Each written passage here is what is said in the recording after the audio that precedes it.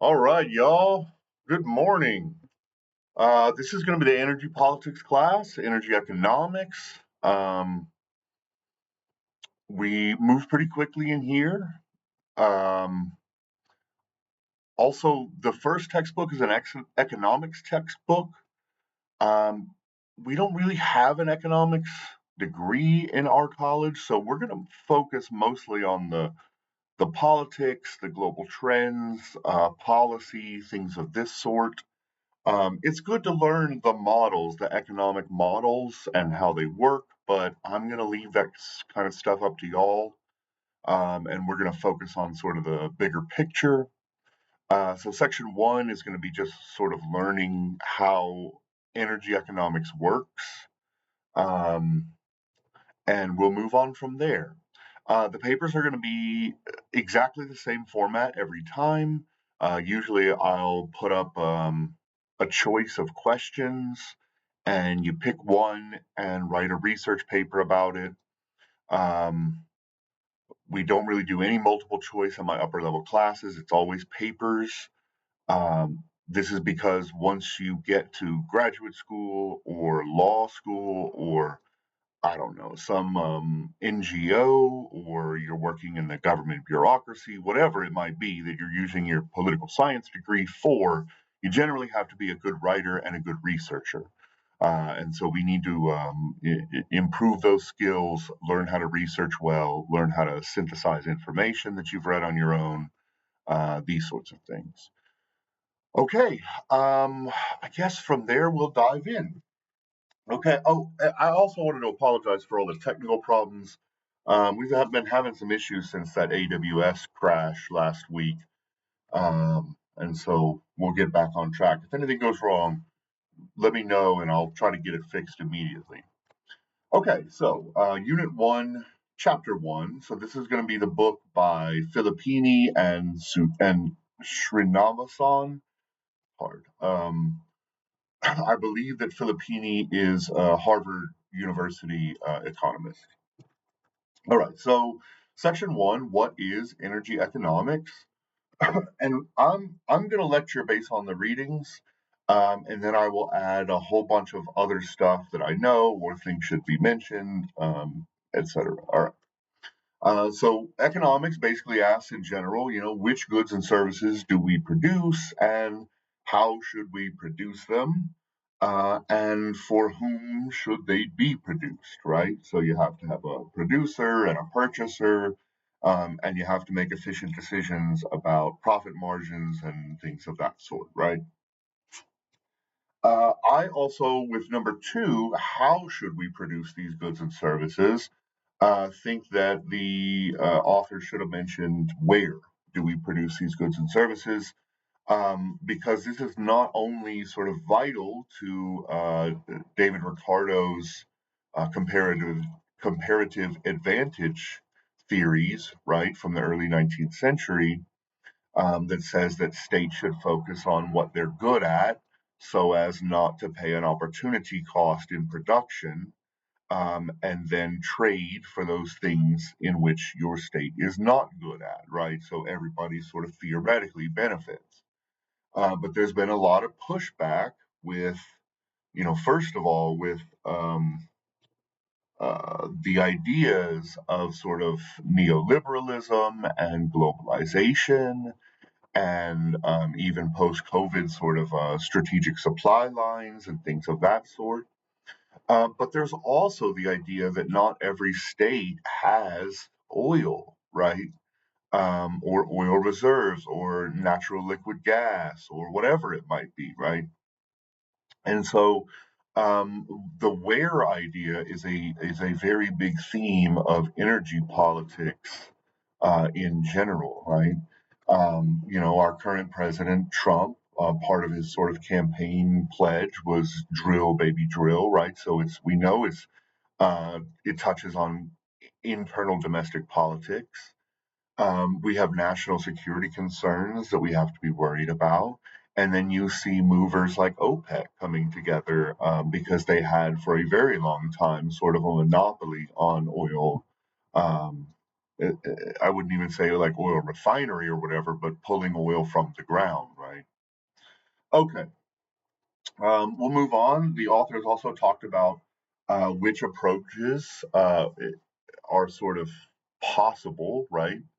When it comes to the energy market or markets in general, you have the sort of the freewheeling market, capitalism, on one end of the spectrum, basically, and then you have full state command on the other, or a state-driven economy like under Stalin.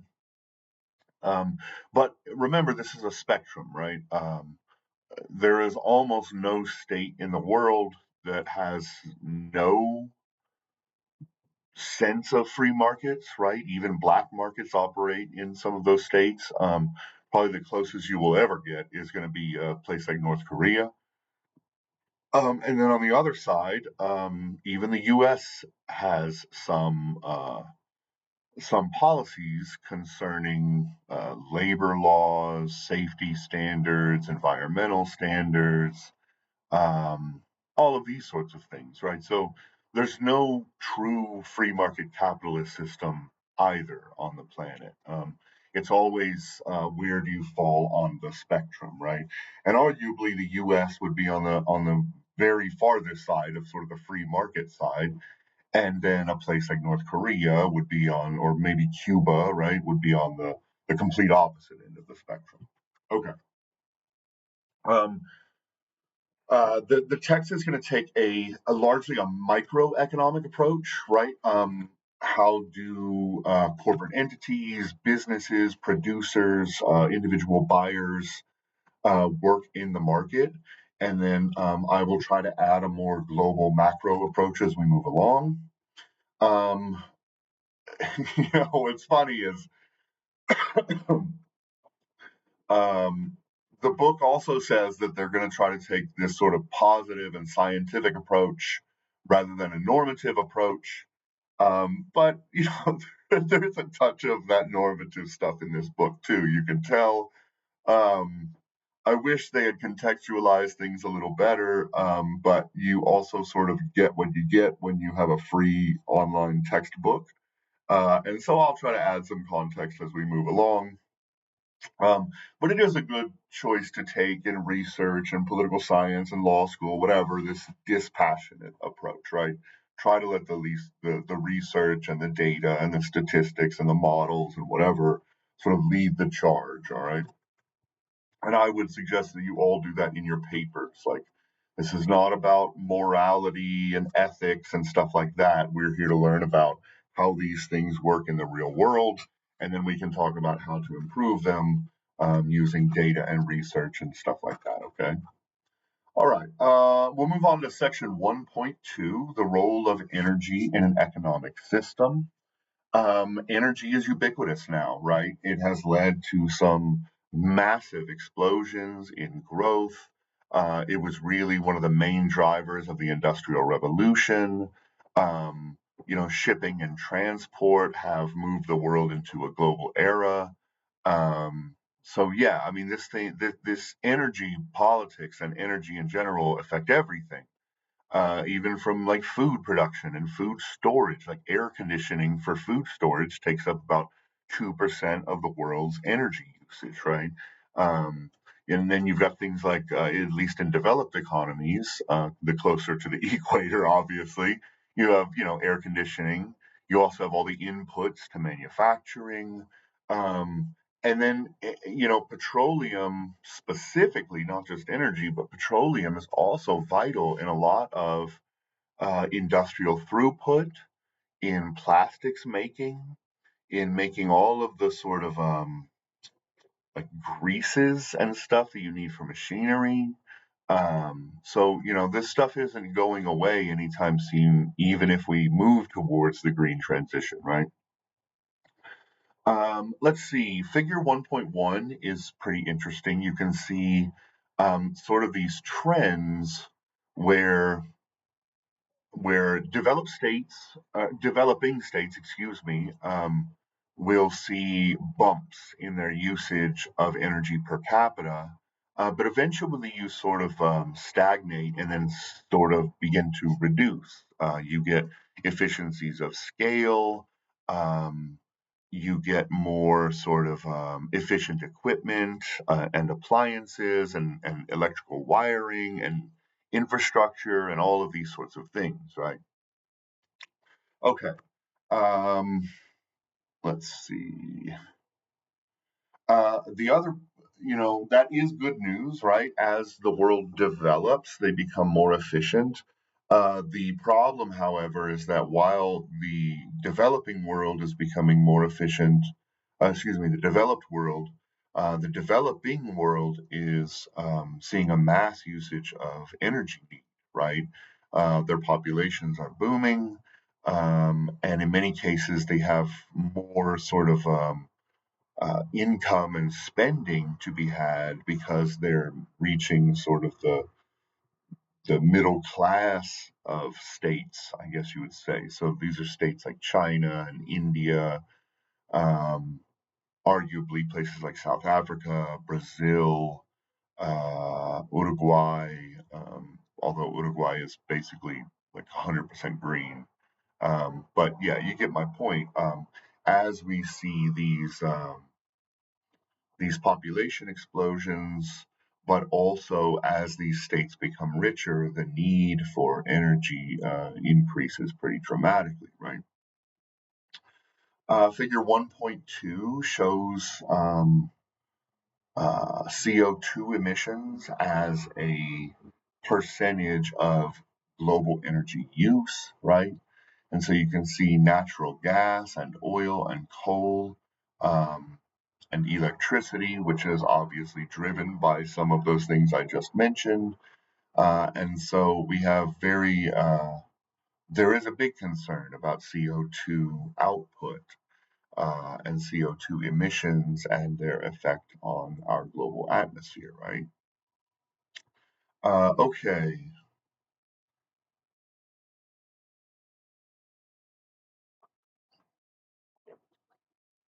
Well, I would also point out that um, this sort of tension that exists between the developing states wanting to add more energy usage, more power plants, more infrastructure, etc. But the developed states pushing them to be green and not to be putting out carbon emissions is a big tension between the developed and the developing states, right? Because that's how the developed states became what they are, right? And so some of the developing states argue that like this is an inevitable piece of economic development that you're telling us we can't have. So in that sense, we'll never become a developed state like you because we can't move through the manufacturing stage to the high tech stage, right?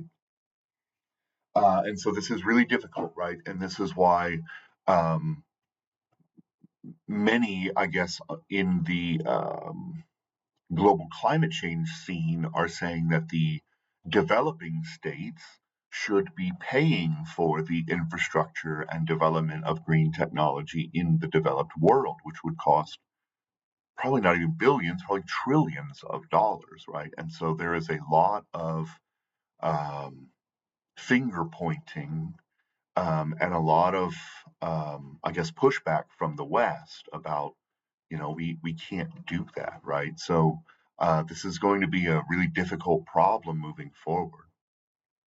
All right. We'll skip through section 1.3.2 and we'll go right to 1.3.3 energy demand in the future. And I just wanted to touch on again, like this in the future, this is going to be coming from these sort of emerging and developing states, not only as they become more wealthy, but also that's where most of the population on the planet is. India has 1.2 billion to 1.5 billion people. China is very close to that. Most of Africa is incredibly young if you look at sort of the average age. Many of those countries, the majority, meaning 50% or more, are under like 20 years old, right? And so this is going to have huge effects on the global economy and the energy economy moving forward. Um, okay, section 1.3.4, greenhouse gas emissions. So it is important to know that about 75% of greenhouse gas emissions are carbon dioxide, CO2. But methane, which makes up about 1/6 of GHGs, are far more potent, right? Methane, they suggest, is about 20 to 30 times more atmosphere heating, or I guess sunlight capturing, than is CO2. And so while it does make up a much smaller portion, right, of GHG emissions, global greenhouse gas emissions, it is far, far more potent, right?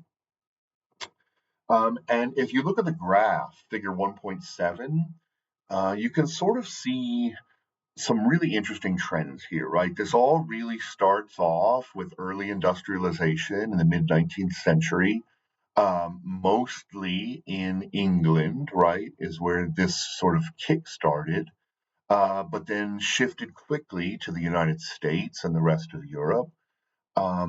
We also see a little bit of a boost, right, during the World War II periods, World War One and World War II periods, as we're sort of kick-starting mass manufacturing for our war efforts.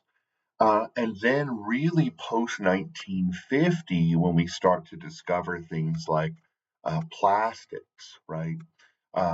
Not discover, but invent plastics, um, and the need for this sort of mass globalist consumer society really kickstarted a lot of these global emissions. As we start to electrify the entire grids across the planet, as shipping becomes far more ubiquitous, right? All of these trends from globalization and from technology and invention really start to exacerbate the CO2 emissions across the planet. Okay. One more point to point out here is that um, you know, if you look at the graph, it's showing sort of source countries, right?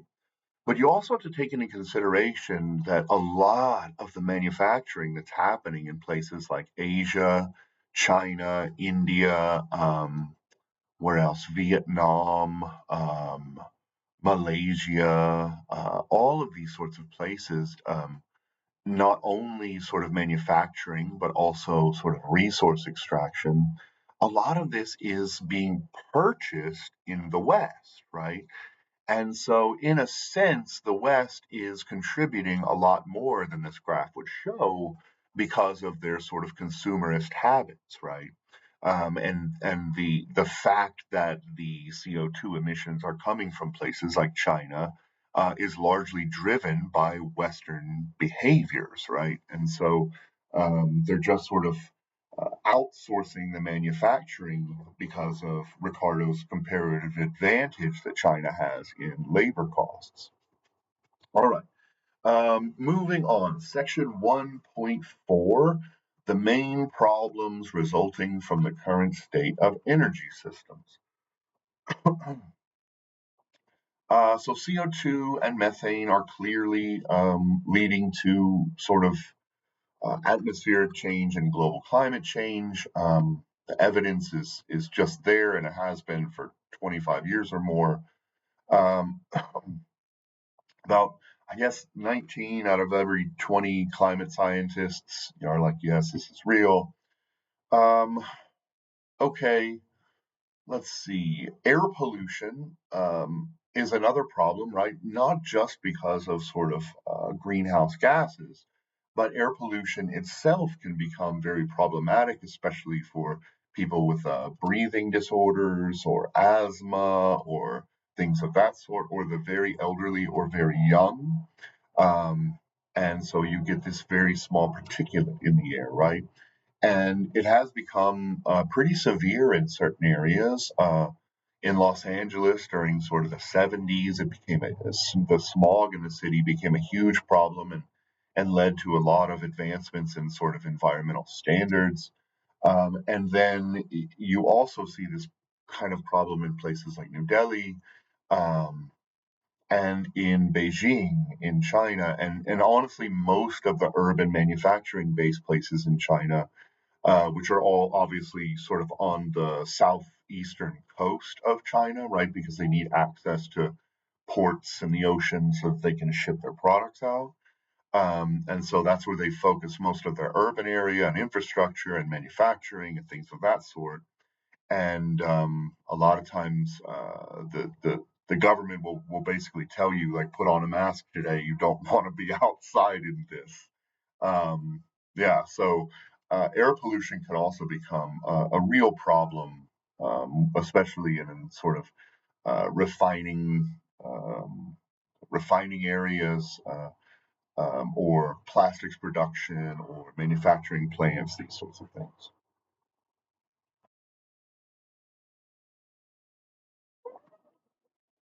Even the United States has this sort of problem. Um, there's a band in Mississippi basically called Cancer Alley, and it's where a lot of refineries are and some manufacturing. And basically, the citizens in that area are far, far, far more likely to develop cancer, and then to die early, right? So we know for a fact that these sort of air pollution problems can cause real misery. Much of the global energy infrastructure is also arguably based on non-renewable petroleum. I mean, yes, I guess like it can't be infinite, obviously, but I feel like they should have contextualized this a little more. I would argue that economists have been talking about what we call peak oil. They've been talking about it for like 50 years, right? They were talking about this in the late 70s, like, oh, we're going to run out of oil soon. And then the 80s, we're like, oh, shit, we're going to run out of oil. And it hasn't happened, right? And in fact, we are finding more and more deposits of oil and natural gas, through things like geotechnical surveys, through drilling techniques, through new technology in using things like natural gas. And so I often feel like, yes, we should talk about peak oil and at what point are we going to run out of supply, right? But it also feels like this sort of Malthusian screaming to the rooftops, sort of the sky is falling, Chicken Little thing, sometimes. Because, just like Malthus said with population and agriculture, like, oh, we're all going to starve to death. That didn't come true because of advancements in agriculture. So it doesn't seem like it's coming true anytime soon with oil either. So anyway, there's my 2 cents on that. There are numerous political issues, however, that come with sort of petroleum politics and energy politics in general. One is national strategy, right? Obviously, um, oil embargoes have proven successful in the past, especially with Japan in World War II. And so we've learned things like that. The world has learned things like that. We had some issues with pricing and even supply during the COVID era. And so Biden sort of kicked up our strategic reserve of oil during that period. Um, there are also other political issues like who do we buy this oil from, right? Like the UK and our allies are not the ones producing oil generally. Um, I guess Mexico is an ally and they produce oil through Pemex. Excuse me. But for the most part, you're talking about countries like Bahrain, Saudi Arabia, Venezuela, which is obviously not a friend to us. Nigeria, which has some very touchy politics and some violence in that state. And so the big oil producers are often states that we don't really want to tie ourselves to, right? And so that becomes a touchy issue as well. And this is, I guess, probably some pretty old history, but even when Mohammed bin Salman from Saudi Arabia, who is sort of their monarch, I guess, when he killed that American journalist, Jamal Khashoggi, who worked for the Washington Post. Um, they took him to the Iranian embassy and like murdered and dismembered him and like melted his body. Like it was crazy, right? And so the Biden administration was talking a whole lot about, oh, we have to hammer them hard and we have to make them outcasts. But then when it came to oil, they just backed off basically, right? And just kept business as usual with the Saudis and were even selling them like military equipment and United States fighter jets, right? And so like that's the touchy stuff that weird things happen sometimes in these energy markets, right? And it really does strange things to politics sometimes. So it's a very interesting thing to study. There's also the problem with the resource curse. In sort of comparative politics and democratization literature and stuff like that, they talk about the resource curse. And this is the idea that resources like gold, diamonds, and oil, especially, um, sort of destroy your society, right? Because instead of the state needing to keep citizens happy so that they can function on taxes, right? They now have these resources to fall back on. So corruption is usually incredibly high in these places. Violence can be high. You almost always get authoritarianism or pseudo authoritarianism, or at best, really piss poor governance, right? Um, so this resource curse can become a real problem too for states. And so I would point out places like Russia, obviously, um, Saudi Arabia and Venezuela made that shift towards authoritarianism, right? But then, even on just sort of the really high corruption or poor governance side, you get places like Nigeria, who's a major oil producer, right? And so, energy can actually be a curse if you're a source country. Okay, section 1.5, the way ahead, the energy transition. First, I wanted to open up with some of my own thoughts here because they just sort of assume that this is where we're going and what we must do, right? And I would say that first, completely avoiding petroleum is impossible, right? Like that's remarkably unlikely to happen, right? um, we will still need petroleum products for numerous other goods, right? Unless we just want to move away from making plastics and greases and oil for your car and all of these sorts of products. Like, there's no way we will ever get away from petroleum 100%. Like, that's just incredibly unlikely.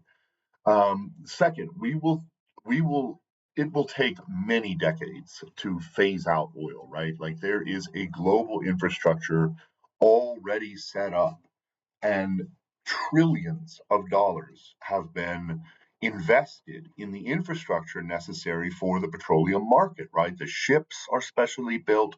We have pipelines running across the planet that cost billions of dollars to build. The refining facilities are incredibly expensive to build and maintain. Um, and so it's going to be very difficult, and it's going to take a lot of government subsidies probably to shift away from all of those facilities and build new ones with new green tech, right? We're going to need a lot more improvements in green technology, not only in making them more efficient and effective, but also in making them affordable for common people, right? Um, to this point, most of the green technology, especially in the West, we'll talk about why it's different in the global South, at least in the West, is very expensive, right? Um, China's basically the world's manufacturer of solar cells and solar panels because they've been investing in this in decades, so they are far ahead of the West when it comes to some of this green technology. And yet we don't want to buy that technology from them, right? We're even putting up sort of import blocks and tariffs and things like this. Um, but the West can't compete, just period, flat out cannot compete when it comes to things like solar panels, right? Um, and so this sort of stuff makes it a lot more expensive, right? And so at this point, it's usually just the upper middle class and above who can afford some of this green technology stuff. Um, it's also going to be incredibly politically difficult to sell to democratic populations, right? Especially those with oil industries or with refining factories or these sorts of things, right? We know that this shift is causing pushback, right? It has been for years. It was almost inevitable that we would get pushback from sort of the oil industries themselves, right? But now it's getting like political pushback. In many states, parties have sort of aligned uh, with oil companies, right? And we see that in the United States too, with the right tending to be much more supportive of oil subsidies, of oil jobs, these sorts of things, right? So it's going to be a very difficult tightrope to walk, um, and again, especially in producing democracies, right? You're inevitably going to get enormous pushback from oil companies, oil producing countries, um, from refiners, from all of these sorts of things, right? So that's going to be problematic too. And then, like I was talking about earlier, China is outcompeting the West in many aspects of the green technology. And I'm not saying China's economy is perfect in any way, right? They have some major problems, um, especially in their rural areas with unemployment. They have problems with, as we were talking about earlier, their atmosphere, right, where smog can be incredibly difficult to deal with. Their housing industry is collapsing under its own weight. These sorts of things are major problems, but they are leading the way in a few areas, right? And one of them, arguably, is AI, but another is this green technology, right? Because in sort of their 50-year plan, and then their 20-year plan, and then their 5-year whatever, like they saw this coming.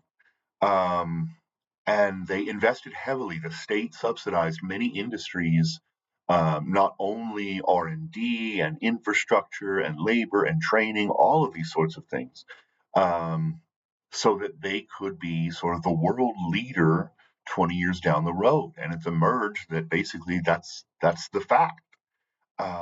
They are really good at solar technology. They can produce it far, far more cheaply and make more efficient solar cells than the West can. Um, they have a sort of burgeoning electric car industry. Uh, you know, from outside the US, when you read reports or reviews of things like the BD, right, which is a tiny little Chinese electric car, they say it's really, really well built. It'll stand up for 15 years. It has very few parts because it's basically just a battery and a wheel system. There's no engine, right? Um, and they can sell it for like $7,000, right?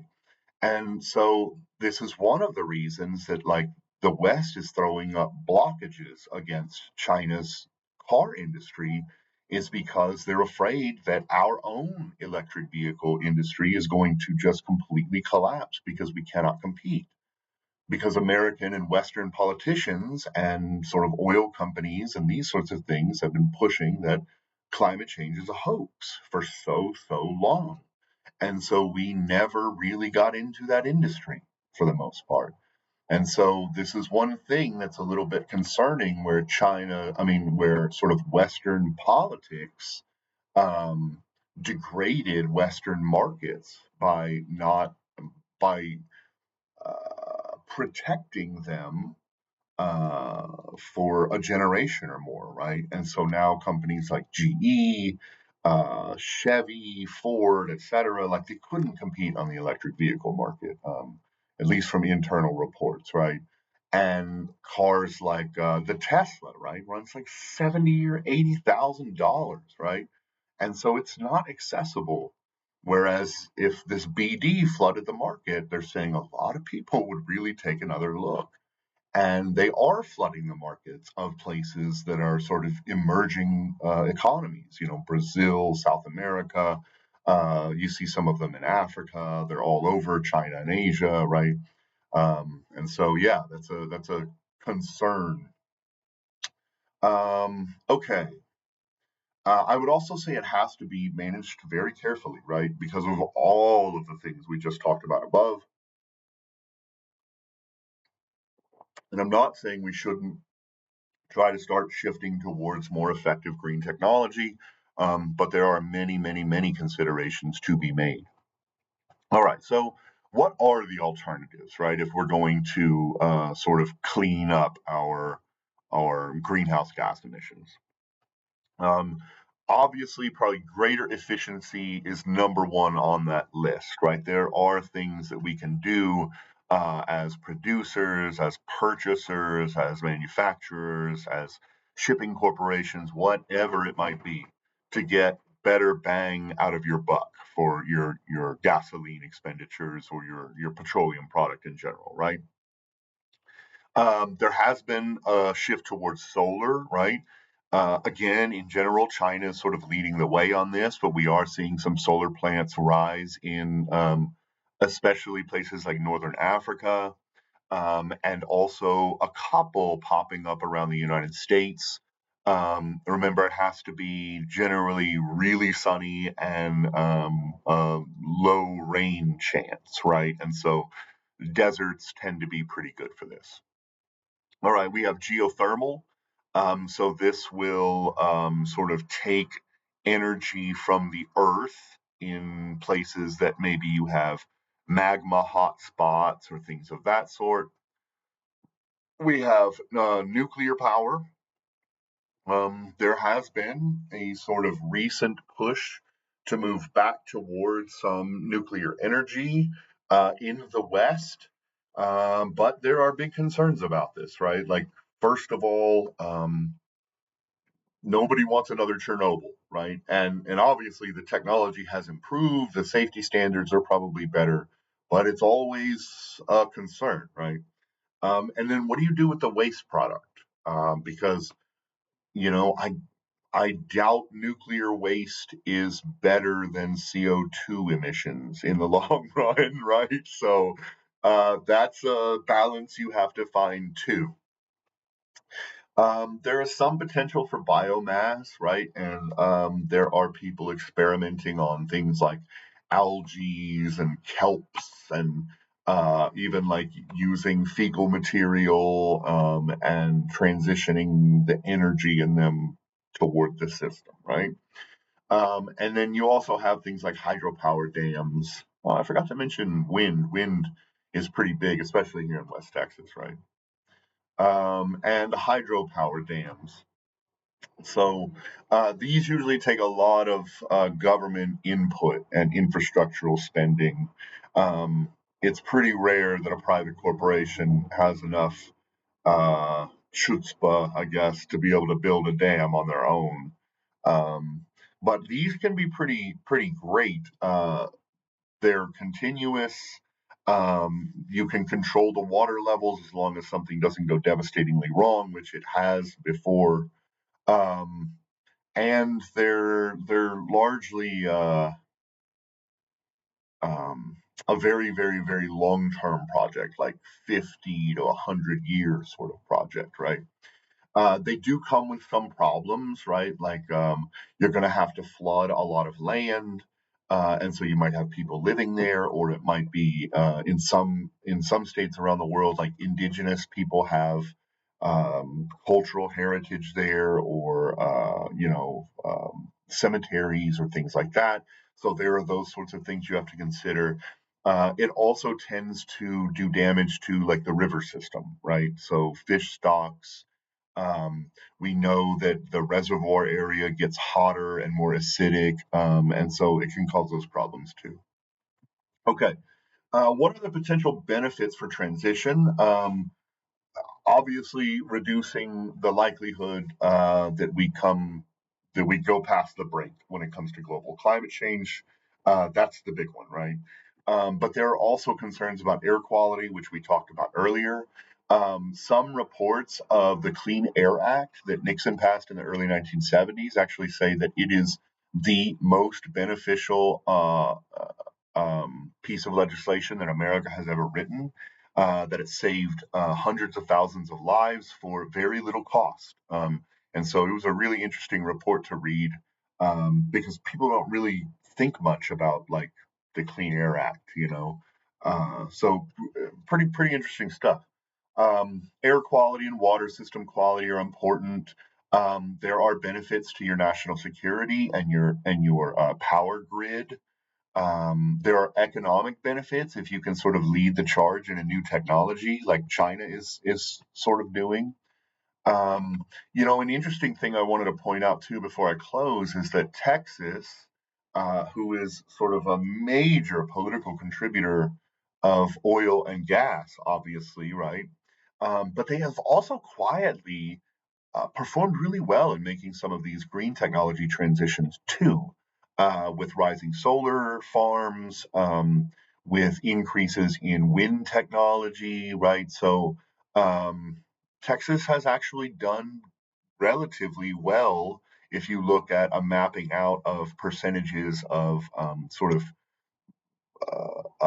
renewables as a percentage of total energy consumption across the United States, right? Texas has performed pretty well.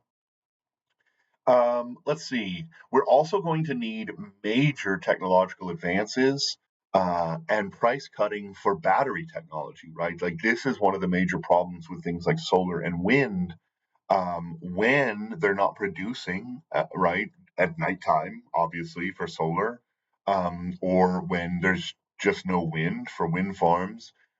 You have to have some backup energy to still feed to the system, right? And so we need ways to effectively and massively store energy, and we're just not there yet. Okay, I'm gonna leave it there. I know I went on for quite a while and I added a lot of stuff, but I thought it needed to be contextualized a little bit. All right, I'll get chapter 2 up today as well, and I'll get those questions up today. So thanks for being here and have a great day.